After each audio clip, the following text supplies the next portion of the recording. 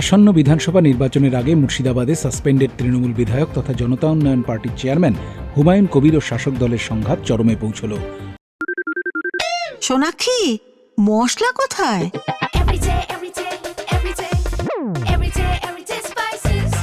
Everyday মশলা, দেশের স্বাদ। হুমায়ুনের ওপর লাগাতার হামলার অভিযোগ তুলে রবিবার বহরমপুর মহকুমার হরিহরপাড়ায় বিক্ষোভে নামলেন তার দলের কর্মী সমর্থকরা।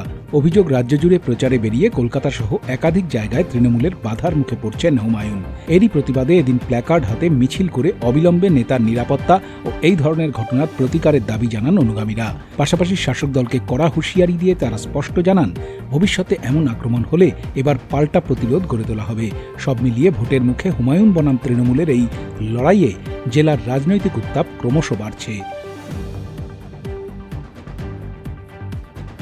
বহরমপুর থেকে পরাগ মজুমদারের রিপোর্ট, উত্তরবঙ্গ সংবাদ।